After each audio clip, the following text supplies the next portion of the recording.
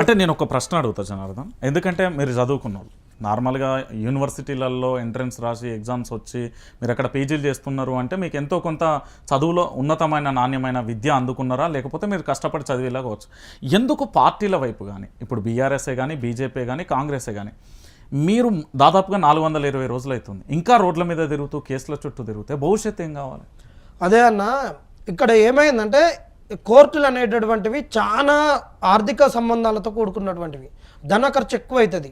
ఒకరోజు మనం రిజిస్టర్ చేసుకోవాలంటే, కేసులు లిస్టింగ్ చేసుకోవాలి, మెన్షనింగ్ చేయించుకోవాలంటే, ఇప్పుడు మన అడ్వకేట్ మనం గెలవాలంటే సీనియర్ అడ్వకేట్లను పెట్టుకోవాలి. సుప్రీంకోర్టులో 50 కోట్లు ఉంటాయన్న. ఒక సీనియర్ అడ్వకేట్ను కపిల్ సిబాల్ని ఎంగేజ్ చేసినాం అనుకో, ఆయన ఒకటే రోజు 30 కోట్లలోకి పోతాడు. ఒకటే రోజు 30 కోట్లకు ఒకటే రోజు. ఇప్పుడు ఇక్కడ ఉన్నటువంటి అడ్వకేట్లను సీనియర్లను పెట్టుకున్నాం అనుకో, ఇక్కడ 32 కోట్లు ఉన్నాయి. ఒక్క అడ్వకేట్ సీనియర్ అడ్వకేట్ కనీసం 10 కోట్లు తిరుగుతాడు. ఆయనను మెన్షనింగ్ చేసుకురావాలంటే జూనియర్కి పెట్టుకోవాలి, డబ్బులు పెట్టుకోవాలి. మార్నింగ్ 10 o'clock కోర్టులో పెట్టుకొని మెన్షనింగ్ చేయించుకోవాలి.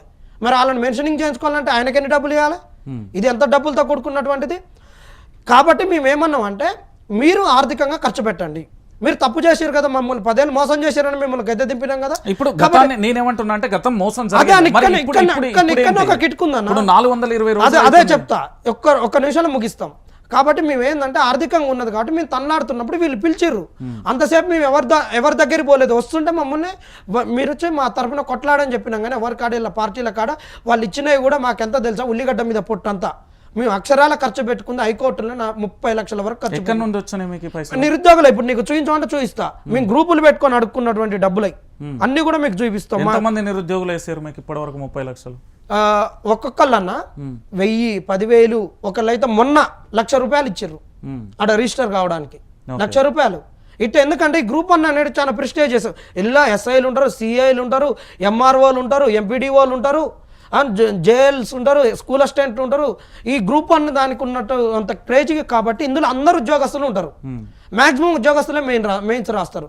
దానివల్ల మేము పోతుంటే వీళ్ళు వచ్చారు కాబట్టి మేము వాళ్ళ దగ్గర పోయి. తెలంగాణలో ఇప్పటి వరకు మీకు సహాయం చేసిన నిరుద్యోగుల సంఖ్య ఎంత? 30 లక్షలు అంటే దాదాపుగా ఒక్కొక్కరు ఒక్కొక్క స్థాయిలో చేసిర్రు. నేనేమంటున్నా అంటే మొత్తం ఎంతమంది నిరుద్యోగులు సహాయం చేసి ఉంటారు? ఇందులో మేము మెయిన్స్ రాసినటువంటి వాళ్ళు 20,000 మంది రాశారు. 20,000 మంది రాశారు. ప్రిలిమ్స్ రాసిన వాళ్ళు 3 లక్షల మంది రాశారు. 3,20,000 మంది రాశారు. ఇలా దాదాపుగా మంచిగా చేసినటువంటి వాళ్ళంటే రిపీటెడ్గానైనా దేనికైనా ఒక 10 నుండి 20,000 మంది తనకు తోసింది రూపాయో 10 రూపాయో ఏదో ఒక స్థాయిలో చేసినటువంటి 30 లక్షలు ఇచ్చారు.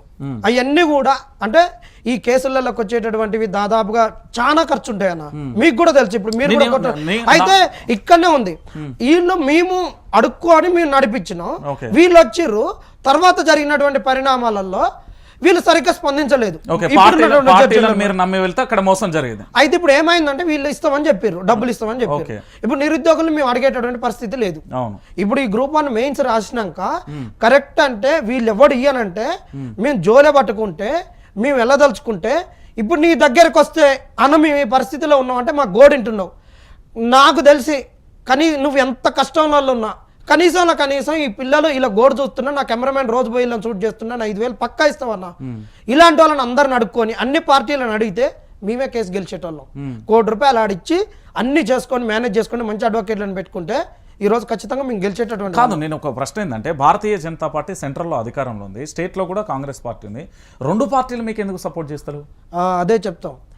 ఖచ్చితంగా ఏంటంటే బీజేపీ అనేటటువంటిది కాంగ్రెస్ను ఒక కడుపులో పెట్టుకొని సాదుకుంటుంది. మీ దగ్గరికి ఒక సెంట్రల్ మినిస్టర్ వచ్చి ఏకంగా వెహికల్ మీద నిల్చొని ఉపన్యాసం ఇచ్చి సెక్రటరియట్ వరకు వచ్చి కనీసం అంటే జాతీయ స్థాయిలో కేంద్ర మంత్రి వచ్చిందంటే ఆ సమస్య నేరుగా ముఖ్యమంత్రి దగ్గర తీసుకెళ్లి మాట్లాడాల్సిన విషయం. కానీ అంత రచ్చ జరిగినాక కూడా ఎందుకు న్యాయం జరగలేదు? వీళ్ళకి కావాల్సింది ఏంటంటే రాజకీయం కావాలి.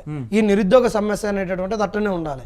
అసలు వీళ్ళెవరు ఊహించలేదు ఇంత తొందర నిరుద్యోగులు అనేటటువంటి వాళ్ళు ఇంత భారీగా కాంగ్రెస్ మీద యుద్ధం ప్రకటించినట్టు వీళ్ళు లొల్లి ప్రకటిస్తారు, వీళ్ళ యొక్క నష్టాలను అంత తీవ్రంగా జనాలలోకి తీసుకుపోతారని వాళ్ళు ఊహించుకోలే కాబట్టి ఈ సమస్య అట్టనే ఉండాలి.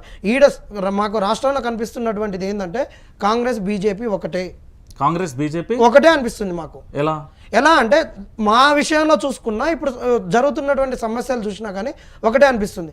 అల్లు అర్జున్ అరెస్ట్ చేశారు, మరి కిషన్ రెడ్డిని ఎందుకు అరెస్ట్ చేయలేదు? మరి నిరుద్యోగులను వీళ్ళ పక్షాన అనుకున్నప్పుడు బీజేపీకి మొత్తం కూడా ఓట్ బ్యాంక్ ఎక్కడన్నా చూసుకోండి, అక్రాస్ ద కంట్రీ యంగ్ జనరేషనే ఉంటారు, యంగర్సే ఉంటారు. కాబట్టి ఇవాళ యంగర్సే సాఫ్ట్వేర్లు ఉన్నారు కాబట్టి వాళ్ళకందరికీ కూడా ట్యాక్స్ స్లాబ్లో ఇవాళ సాఫ్ట్వేర్ వాళ్ళందరూ కూడా ట్యాక్స్ నుంచి పక్కకు తొలగేటటువంటి 12 లక్షల వరకు ఇచ్చారు. ఎందుకంటే యంగ్ ఓట్ అనేటువంటి వాళ్ళకి పోలరైజ్ కావాలి కాబట్టి. ఆ విధంగా చేస్తున్నటువంటి బీజేపీ ఇవాళ యంగ్ బ్లడ్డే కదా ఇలా బీజేపీకి ఓటు వేయించింది. ఇవాళ యంగ్ బ్లడ్ ఉండబట్టికే కదా హైదరాబాద్లో 52 సీట్లు వచ్చింది వీళ్ళకు, మున్సిపాలిటీల కార్పొరేటర్స్. మరి ఇంత యంగ్ బ్లడ్ కొట్లాడుతున్నప్పుడు మరి ఎందుకు ఇవ్వలేదు? గ్రూప్ 1కి ఎందుకు మద్దతు ఇవ్వలేదు? వచ్చి నువ్వు రోడ్డు మీద కొట్లాడినావు. కానీ మీరు అన్నట్టు మరి బండి సంజయ్ కానీ కిషన్ రెడ్డి కానీ వీళ్ళు ఎందుకు పిఎంఓ కాడ కూర్చోలేదు? ఎందుకు మా దగ్గర వచ్చి కేసులు వేపియలేదు? ఎందుకు సుప్రీంకోర్టులో మేనేజ్ చేయలేదు? మేము ఎలా నమ్మినాం అంటే చేస్తారనుకున్నాం. అందుకనే కదా ఇప్పుడు వాళ్ళు ఎమ్మడి తిరగట్లేము. మాకు మోసం అనేది తేలిపోయింది. అప్పటి వరకు ఏంటంటే వీళ్ళు ఖచ్చితంగా రాష్ట్రంలో బీజేపీ అనేటటువంటిది ప్రత్యామ్నాయం. నేనేమంటున్నాంటే జనార్దన్ ఇక్కడ సింపుల్ లాజిక్. ఇప్పుడు ఏకంగా భారతీయ జనతా పార్టీకి సంబంధించిన కేంద్ర మంత్రి వచ్చి వెహికల్ మీద నిల్చొని మీకు ఉపన్యాసం ఇచ్చి సెక్రటరేట్ వరకు తీసుకొచ్చాను.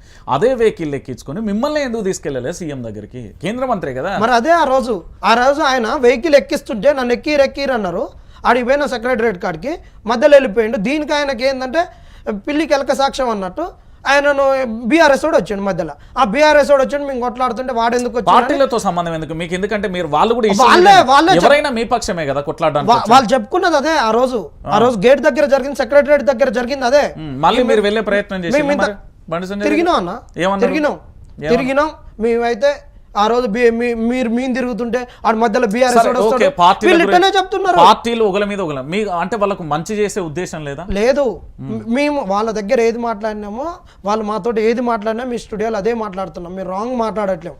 వాళ్ళు ఎంతసేపటికి బీఆర్ఎస్ వాడు మధ్యలో ఎందుకు వస్తాడు, ఆడు మోసం చేసిండు, మీరు అన్నిళ్ళ కొట్టట్లేరంటే మేము ఎట్టెళ్ళ కొడతాం? అన్ని పార్టీలు స్పందించాల్సిందే కదా, అన్ని ప్రతిపక్ష పార్టీలే కదా. మేము అన్న ఎందుకు వద్దంటాం, నిన్నెందుకు వద్దంటాం? ఎవరు చేస్తే ఇప్పుడు మరి నువ్వెందుకు చేయట్లేదు? మరి కోర్టులో వాడు కోర్టులోకి ఎస్ఎల్పీ వేసిండు, కేంద్ర మంత్రి కదా, మరి నువ్వు ఒక ఎస్ఎల్పీ వేయొచ్చు కదా. మరి నీ ఎస్ఎల్పీ గురించి వచ్చినావు. కిషన్ రెడ్డిని కలిసి కిషన్ రెడ్డిని కలిసి మేము మాట్లాడుతున్నాం అని ఎమ్మడే ఫోన్ పెట్టేస్తాడు. వీళ్ళకి అసలు ఇంట్రెస్ట్ డైరెక్ట్ కూడా కలిసినాం. వాళ్ళ పార్టీలో ఉండేటటువంటి వాళ్ళు బీజేఎంఓలు ఏబీలను వాళ్ళని అందరినీ కూడా కలిసినాము. వాళ్ళ దాంట్లో ఉండేటటువంటి వాళ్ళు రేఖా సింగ్ అనేటటువంటి ఒక మేడం, కొంతమంది కూడా బీజేపీకి దగ్గర ఉండేటటువంటి వాళ్ళు ఉన్నారు, వాళ్ళ ద్వారా కలిసినాం. మాధవిలతను కూడా కలిసినాము. వీళ్ళ చుట్టూ తిరిగినా మీకు ఒక ఎస్ఎల్పీ వేపిస్తానది, తిరిగినాక నేను ఎస్ఎల్పీ వేపియను అని చెప్పింది. వీళ్ళు చాలా చెప్పిర్రు, మేము వేపిస్తాం అని చెప్పిర్రు.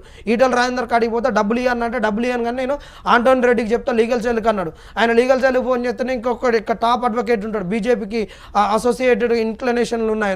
ఆయన కాడికి పోతే డబ్బులు ఇయ్యరు, ఏమి ఇయ్యరు, నేను ఎట్లా చేస్తాను అని ఆయన అంటాడు. ఆయనకు కావాలని మినిమం 5 నుంచి 10 లక్షలు ఇవ్వాలి ఆయనకు. బీజేపీ వాళ్ళు ఇంతవరకు లీగల్గా మాకు చేసింది 0. ఆ మధ్యలో వచ్చారు, కొట్లాడిరు, పోయిర్రు. దానికి మేము సానుభూతికి ఉండాల్సినంత అవసరం ఏం లేదు. సమస్య రాజకీయ పార్టీ అన్నప్పుడు సామాజిక ఉద్యమకారుడు ఎవడన్నా ఉన్నా వాళ్ళ బాధ్యతగా వాళ్ళు రావాలి. ఏమో వాళ్ళకి ఏమైనా ఇంట్లో ఊడిగం చేస్తున్నావా, వాళ్ళ ఇంట్లో జీతకాలనవా? నువ్వు రోడ్డు మీద ఎక్కకుండా నిన్ను ఎందుకు అడుగుతావు? నువ్వు ఇలా పార్టీ పెట్టుకోకుండా నిన్ను ఎందుకు అడుగుతావు? నువ్వు ఒక సామాజికవేత్తవని నువ్వు బయటకు రాకుండా నువ్వు ఒక ట్యాగ్ వేసుకోకుండా నిలదీసినావు. ఇంతకన్నా ఎక్కువ ఏం నిలదీస్తాం? నిరుద్యోగులం అనేటటువంటి వాళ్ళం ఇలా ఏమన్నా అందరికి కూడా మాకు అర్థం కానటువంటి సమస్య ఏంటంటే అసలు ప్రతి ఒక్కడు కూడా తెలంగాణలో అసలు మేమున్నామా? నిరుద్యోగులనే అంటారు, ప్రతి ఒక్కరు నిరుద్యోగులే. మీరు ఎందుకు కొట్లాడట్లేరు? మీరు ప్రభుత్వం పైన ఎందుకు కొట్లాడట్లేరు? మీరు ఆయన ఎందుకు నిలదీయట్లేరు? ఈ పార్టీని ఎందుకు నిలదీయట్లేరు? మీరు మొన్నటి వరకు కొట్లాడిరు, రోడ్ల మీద కొట్లాడారు. నేను ముగిస్తాను. ఇది చాలా ఇంపార్టెంట్ విషయం. మీరు నేను చాలా క్లారిటీ ఇవ్వాలి, మీ స్టూడియో వేదికగా నేను చాలా క్లారిటీ ఇవ్వాలి. ఎందుకో తెలుసు, అందరు మమ్మల్ని అడుగుతారు. అసలు అర్థం కాని విషయం ఏంటంటే అసలు మేము పిహెచ్డీలు అయిపోయి సాఫ్ట్వేర్లలో ఒక్కొక్కడు 10 లక్షలు 20 లక్షల ప్యాకేజీలు వదిలిపెట్టుకొని, ఒక్కొక్కడు మంచి మంచి ఉద్యోగాలు వదిలిపెట్టుకొని, చిన్న చిరుద్యోగాలు చేసినాడు రిజైన్ చేసుకొని మంచి ఉద్యోగాలు వస్తాయని పిల్లని వదిలిపెట్టుకొని అశోక్ నగర్కి వచ్చేసి వాడు నెలకు 10-20 వేలు ఖర్చు పెట్టుకుంటూ ఉండేటటువంటి వాడు కొట్లాడతాడా? లేకుండా నీ యూనివర్సిటీలలో ప్రతి ఒక్కరికి విద్యార్థి విభాగాలు ఉన్నాయి. బీజేపీ అంటే ఆర్ఎస్ఎస్ దిక్కు సంబంధించింది, ఏబీపీ ఉంది, బీఆర్ఎస్ వానికి బీఆర్ఎస్పీ ఉంది, కాంగ్రెస్ వానికి ఎన్ఎస్సీఐ ఉంది, మాదిగలకు ఎంఎస్ఎఫ్ ఉంది, మాలలకు ఆల్మాల స్టూడెంట్ అసోసియేషన్ ఉంది, గిరిజనులకు ఎల్హెచ్పిఎస్ వాళ్ళకు ఉన్నటువంటివి ఉన్నాయి, గిరిజన విద్యార్థి శక్తి ఉంది, రకరకాల కుల సంఘాలకు రకరకాల విద్యార్థి విభాగాలు, అన్ని విద్యార్థి విభాగాలు ఉండి యూనివర్సిటీ అనేటటువంటిది ఒక ప్రతిపక్ష పాత్ర వహించవలసింది. యూనివర్సిటీలలో మేము గ్రూప్ 1 మేము సివిల్స్ కోచింగ్ ఇంటర్వ్యూలలో పోయినప్పుడు కూడా అడుగుతారు, ఒక ప్రతిపక్షం అనేటటువంటిది ఫెయిల్ అయినప్పుడు యూనివర్సిటీల పాత్ర ఏందంటారు.